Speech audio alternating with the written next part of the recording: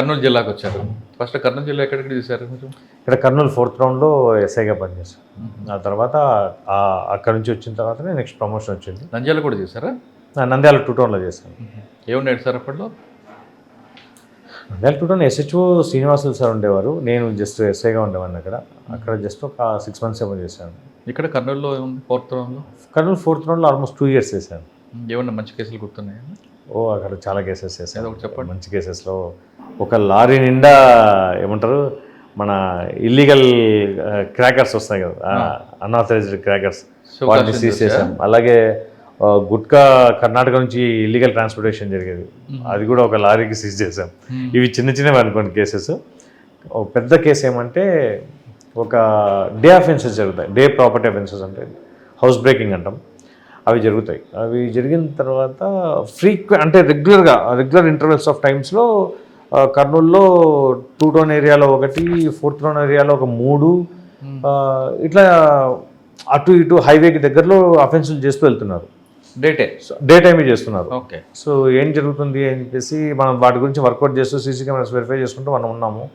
So వాళ్ళ postures అంతా కూడా కొంచెం నార్త్ ఇండియన్స్ లాగా అనిపించింది. సో లక్కీగా ఒక అటెంప్ట్ చేసిన ఇంట్లో ఒక ఛాన్స్ ప్రింట్ దొరుకుతుంది మనకి.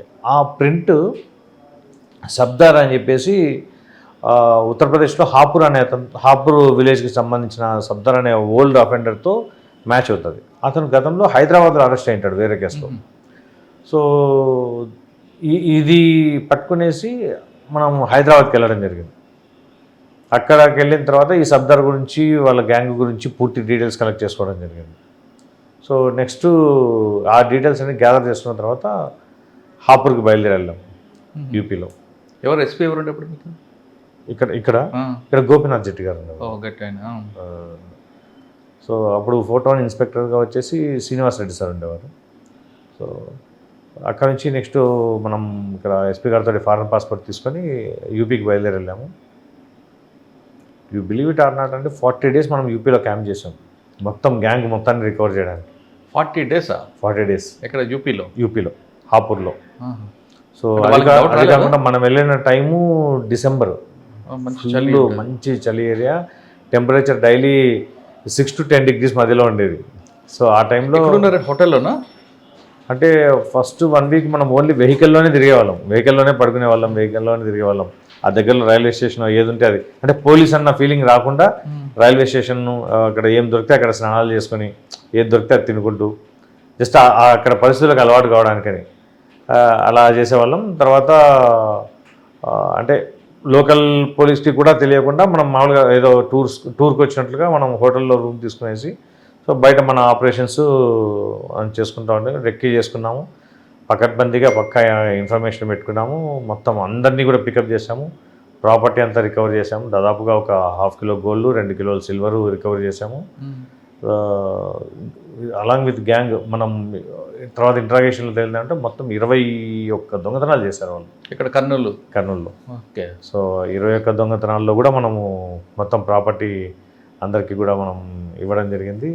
అదొక పెద్ద రికవరీ ఆ టైంలో. సార్ 40 రోజులు ఉన్నారు కదా, మీకు అక్కడ ఛాలెంజ్ ఏమొచ్చింది? చలి ఒకటే కాకుండా అక్కడ మీరు రోడ్డు మీద తిరగడం మీరు చెప్పినంత ఈజీ కాదు అది. ఒకసారి ఏం జరిగింది, కవరింగ్ ఏమైనా ఉంటారు. ఒక సస్పెక్టెడ్ అక్యూజ్డ్, అంటే అతను యాక్చువల్గా ఇందులో ఇన్వాల్వ్ అయిన అక్యూజ్డ్ కాదు. సో అతన్ని పట్టుకోవాలంటే ఇతన్ని పట్టుకోవాలి. సో ఇతన్ని ఫస్ట్ మనం పికప్ చేసాం. సో ఇంకోటి ఏమంటే ఆ టైంలో ఈ సబ్దర్ గ్యాంగ్లో ఉన్న వాళ్ళు అందరూ కూడా ముస్లిమ్సే. మనం పోయిన ప్రతి ఏరియా ముస్లిం లొకాలిటీనే. అంటే వీళ్ళ కోసం మనం ఎక్కడైతే సెర్చ్ చేస్తున్నామో ఒకరిని పికప్ చేయగానే దాదాపు 500 మంది వచ్చి మన వెహికల్ మొత్తం చుట్టుముట్టేశారు. లోకల్ వెహికల్ ఇక్కడ నుంచి తీసుకెళ్ళాము. ఇక్కడ నుంచి ఒక ఇన్నోవా తీసుకెళ్ళాము. నెంబర్ ప్లేట్ తెలిసిపోద్ది కదా. నెంబర్ ప్లేట్ మార్చాము. ఓకే. నెంబర్ ప్లేట్ మార్చేసి తీసుకెళ్ళాము. సో మొత్తం ఒక 500 మంది చుట్టుకున్నారు. సో మనకు వచ్చిన హిందీ అక్కడికక్కడికే, అది మనకు వస్తుంది కానీ వాళ్ళకి పెద్ద మనకి రాదు. సో నేను లాంగ్వేజ్ కన్వీనియన్స్ కోసం అని చెప్పేసి హైదరాబాద్ నుంచి ఒక అతన్ని తీసుకెళ్ళాను. మనకు తెలిసిన అతను పోలీస్ ఇన్ఫార్మర్ని తీసుకెళ్ళాను అక్కడికి. సో మనం ఏమైతే వాళ్ళకి కన్వే చేయాలనుకున్నామో అతని ద్వారా కన్వే చేయిస్తూ వాళ్ళకు కన్విన్స్ చేస్తూ ఏదైతే మనం ఫుటేజెస్ కలెక్ట్ చేసామో ఆ ఫుటేజెస్ని వాళ్ళకి ప్రాంప్ట్గా ఎక్స్ప్లెయిన్ చేస్తూ మొత్తానికి ఒక చిన్న ఇన్సిడెంట్ కూడా లేకుండా ఫైనల్గా అతన్ని అక్కడ నుంచి మనం పికప్ చేసుకొని తీసుకొని వచ్చి అతని ద్వారా లీడ్ తీసుకొని మనం మిగతా వాళ్ళందరినీ పట్టుకోవడం జరిగింది. సో అంటే ఈ క్రమంలో మనం చాలా విలేజెస్ తిరిగాం, చాలా ముస్లిం లొకాలిటీస్లో తిరిగాము. ఒక ఇంట్లోకి అయితే అతను ఆ ఊర్లో చాలా పెద్ద మనిషి అంట, అది మనకు తెలియదు. డైరెక్ట్గా తలుపులు బై ఫోర్స్ ఓపెన్ చేసుకుని స్లోగా వెళ్ళిపోయాం. బట్ హవెవర్ లక్కీగా ఏమంటే ఎక్కడ కూడా చిన్న అసాల్ట్ కూడా జరగలేదు. మనం అంటే వెళ్ళిన ప్రతి చోట మనం అథెంటికేటెడ్గా చెప్తూ వచ్చాం, ఈ విధంగా అఫెన్స్ జరిగింది, వీళ్ళు మన దగ్గర ఈ ఫుటేజ్ ఉంది, మీకు వీళ్ళకు ఈ విధమైన లింక్ ఉంది, సో వాళ్ళు మీతో ఈ రకంగా కాంటాక్ట్లో ఉన్నారో అని మనం ఎక్స్ప్లెయిన్ చేస్తూ వచ్చాము. వాళ్ళు సపోర్ట్ చేశారంటే చేశారు. అండ్ కొంతమంది అయితే వెరీ మచ్ అఫెక్షనేట్, అంటే పల్లెటూరులో మనం వెళ్తే అంటే ఏదో ఒక పని మీద వచ్చాము అని చెప్పగానే వెళ్ళిన ప్రతి చోట మంచిగా ఆవు పాలు ఒక గ్లాస్కి ఇచ్చేవాళ్ళు. సో హ్యాపీ, అంటే అక్కడ ఫుడ్ని ఎంజాయ్ చేసాము, ఆ కేస్ని ఎంజాయ్ చేసాము అనమాట. అక్కడ అట్మాస్ఫియర్ని కూడా అఫ్కోర్స్ ఆ చలి అదంతా కూడా కొంచెం challenging conditions. However case was cracked కాబట్టి మనకు హ్యాపీ ఫర్ దట్. ఓకే, తర్వాత ఎక్కడికి వచ్చారు? ఇన్స్పెక్టర్గా ప్రమోషన్ వచ్చిందా? అక్కడి నుంచి క్రైమ్ సిసిఎస్ ఇన్స్పెక్టర్గా ఫస్ట్ కర్నూలు సిసిఎస్కి వచ్చాను. ఎంతకాలం చేశారంటే? కర్నూలు సిసిఎస్లో హార్డ్లీ ఒక 1 year. సార్, కర్నూలు సిసిఎస్ అప్పట్లోనే సుధీర్ కుమార్ రెడ్డి గారు యూఏ కేసులు అంటే పాత కేసులన్నీ మీకు ఇవ్వడం, ఆ కేసులన్నీ డిటెక్ట్ చేయించడం, ఒకసారి ఆ జర్నీ చెప్పండి సుధీర్ కుమార్ రెడ్డి గారితో మీకున్న. 2021లో సుధీర్ కుమార్ రెడ్డి సార్ మన కర్నూలు జిల్లాకి రావడం జరిగింది. ఆ టైంలో నేను సిసిఎస్ ఇన్స్పెక్టర్గా ఉన్నాను. ఆ టైంలో ఇంకా మాతో పాటు ఉపేంద్రబాబు సార్ ఉన్నారు, అలాగే తిమ్మారెడ్డి అని మా బ్యాచ్మేట్ ఉన్నారు. మాకు అప్పుడు డిఎస్పీగా శ్రీనివాస్ సార్ ఉండేవారు. సో ఒక సిసిఎస్ టీం కొంచెం బాగా స్ట్రాంగ్గా ఉండేది. ఆ టైంలో ఎస్పీ సారు ఏదైనా ఒక ఇంపార్టెంట్ కేసెస్, ఇంపార్టెంట్ ఇన్వెస్టిగేషన్స్ ఏమైనా ఉంటే మాకు సిసిఎస్కి ట్రాన్స్ఫర్ చేసేవారు. సో మనం వాటిని ఒక స్పెషల్ టాస్క్ లాగా మనం వాటిని చేసి మళ్ళీ concern law and order police స్టేషన్కి హ్యాండ్ ఓవర్ చేసేవాళ్ళం. సో ఈ క్రమంలో కొన్ని ప్రాపర్టీ కేసెస్, దొంగతనాల కేసులు మనం పక్క జిల్లాలకి, పక్క రాష్ట్రాలకి వెళ్ళి రికవర్ తీసుకొని వచ్చేవాళ్ళం. సో ఈ క్రమంలో ఒక చిదానంద స్వామి అని ఒక టీచర్ ఒకతను ఎస్పీ సార్కి ఒక మెసేజ్ పెడతారు, SMS. సార్ ఇట్లా నాకు సైబర్ ఫ్రాడ్లో దాదాపు 11 లక్షలు నేను నష్టపోయాను, ఎఫ్ఐఆర్ అయ్యి ఎమ్మిగ్నూర్లో దాదాపు 1 year అయింది, నాకు ఇంతవరకు ఏం న్యాయం జరగలేదు, నాకు ఏదైనా న్యాయం చేయండి అని చెప్పేసి ఒక మెసేజ్ పెడితే ఎస్పీ సారు ఆ మెసేజ్ని అలాగే నాకు ఒకసారి పంపిస్తూ ఈ CD ఫైల్ ఒకసారి తీసుకుని స్టడీ చేసి అతనికి మనం ఎంతవరకు న్యాయం చేయగలము ఒకసారి చెక్ చేసి చెప్పండి నాకు అని చెప్పి చెప్పడం జరిగింది. దాన్ని బట్టి నేను ఆ CD ఫైల్ తీసుకునేసి అంతా స్టడీ చేసిన తర్వాత నాకు అర్థమైన విషయం ఏమంటే, ఇయర్ 2000లో ఒక ఫేస్బుక్లో అతను బ్రౌజ్ చేస్తున్నప్పుడు ఒక లింక్ వస్తుంది అతనికి, ఒక ఉమెన్ పేరుతోటి ఒక లింక్ వస్తుంది. సో ఒక ఆయిల్ బిజినెస్ ఇన్వెస్ట్మెంట్ గురించి మాట్లాడతారు, డిస్కస్ చేస్తారు. మీరు 100 రూపాయలు ఇన్వెస్ట్ చేస్తే మీకు 1000 రూపాయలు వస్తుంది అని చెప్పేసి నమ్మిస్తారు. సో సమ్ కోలా ఆయిల్ అనే పేరుతో ఒక ఆయిల్ ఉంది మనకు, మీరు ఇన్వెస్ట్మెంట్ చేయండి, మేము యూకే నుంచి మేము మానిటర్ చేస్తాము అని చెప్పేసి మాట్లాడితే, ఇతను కూడా టీచర్ కాబట్టి ఇతను సరే ఏదో ఇన్వెస్ట్మెంట్ చేస్తే మనకు డబ్బులు వస్తాయన్న హోప్ తోటి ఇన్వెస్ట్ చేస్తారు అందులో డబ్బులు. సో 5-6 lakhs ఇన్వెస్ట్మెంట్ తర్వాత కూడా అతనికి ఏం రిటర్న్స్ రావు. సో అతను ఏం చేస్తారంటే, నాకు అవసరం లేదు, నేను విత్డ్రా అయిపోతాను, నేను పెట్టిన ఇన్వెస్ట్మెంట్ డబ్బులు నాకు వెనక్కి ఇచ్చేసేయండి అంటారు. సో వాళ్ళు ఏం చేస్తారు, మీరు ఇన్వెస్ట్ చేశారు కదా, ఇక్కడంతా యూకేలో అంతా పౌండ్స్లో ఉంటుంది, మేము పౌండ్స్లో రిటర్న్ చేస్తాము, అది మీరు మళ్ళీ కన్వర్షన్కి పేమెంట్ చేయాల్సి ఉంటుంది. సో అదంతా కూడా మళ్ళీ మీకు వెనక్కి వచ్చేస్తాయి, ఆ డబ్బులు కూడా వెనక్కి వస్తాయి. సో మీరు మళ్ళీ ఇన్వెస్ట్ మళ్ళీ కొంచెం డబ్బులు అంటే మీరు ఈ అమౌంట్ని మీ కరెన్సీలోకి కన్వర్ట్ చేసుకోవడానికి అమౌంట్ పెట్టండి అని చెప్తే మళ్ళీ ఒక 5 lakhs పెడతారు. సో మొత్తం 11 lakhs వెళ్ళిపోద్ది, ఇంకా ఏం రాదు వెనక్కి. సో ఈ కేసులో అప్పుడు ఫస్ట్ SHO గారు ప్రభాకర్ రెడ్డి సార్ ఉండేవారు. ఆయన FIR కట్టేసి సైబర్ ల్యాబ్కి ఇంటిమేషన్ ఇచ్చేశారు. సో ఆ తర్వాత కరోనా ఇష్యూస్ వల్ల కొంచెం అట్లా పెండింగ్ ఉండిపోయింది. సో ఎగ్జాక్ట్ 1 year తర్వాత ఆ కేసు మనకు సిసిఎస్కి సార్ ఇవ్వడం జరిగింది. దాన్ని స్టడీ చేస్తే అందులో ఆల్మోస్ట్ ఒక 16 అకౌంట్స్ని ఐడెంటిఫై చేశారు. ఆ 16 అకౌంట్లలో 15 accounts already they got debit fees.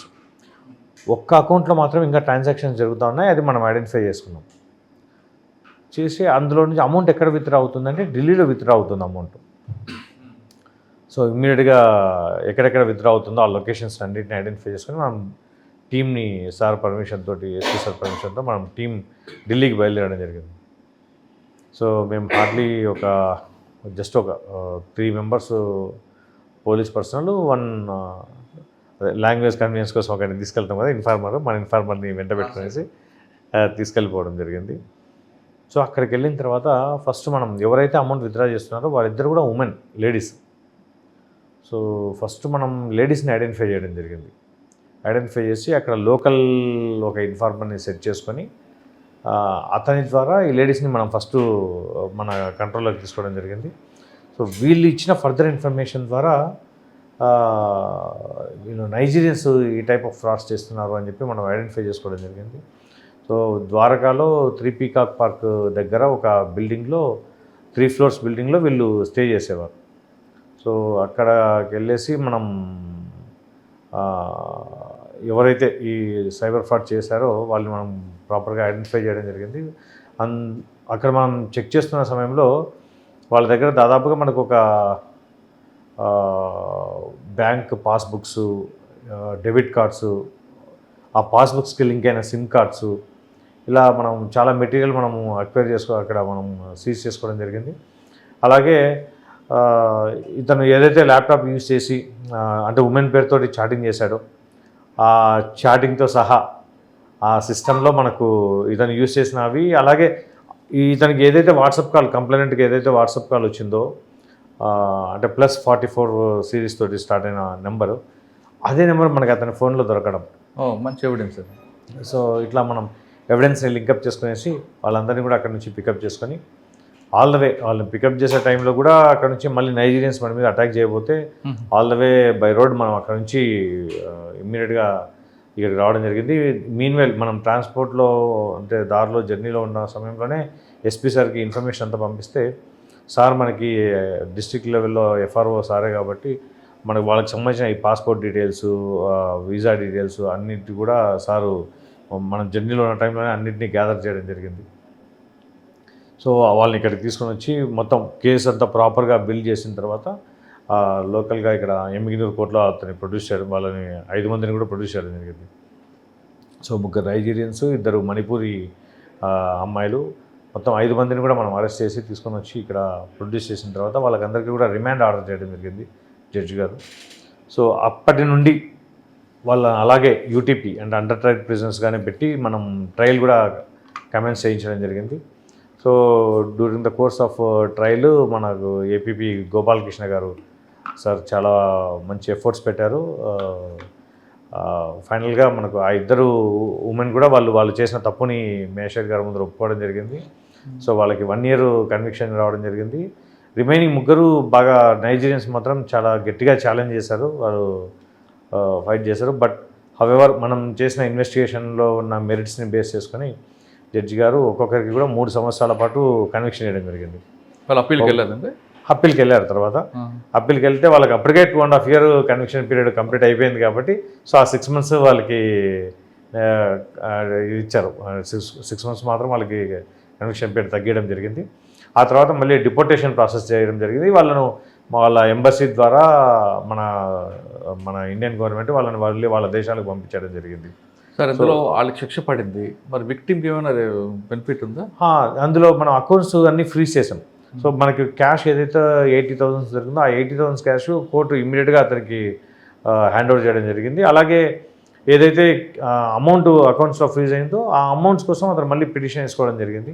ఎంత ఉందండి ఫ్రీజ్ అయింది? ఫ్రీజ్ అమౌంట్ దాదాపు 14 లక్షలు ఫ్రీజ్ అయింది. సో ఇతనికి రావాల్సిన అమౌంట్ ఓన్లీ 11 లక్షలే. సో ఇంకా ఎక్కువే ఫ్రీజ్ అయింది అమౌంట్. సో ఆ రకంగా కంప్లైంట్కి అయితే న్యాయం జరిగినట్లేదు.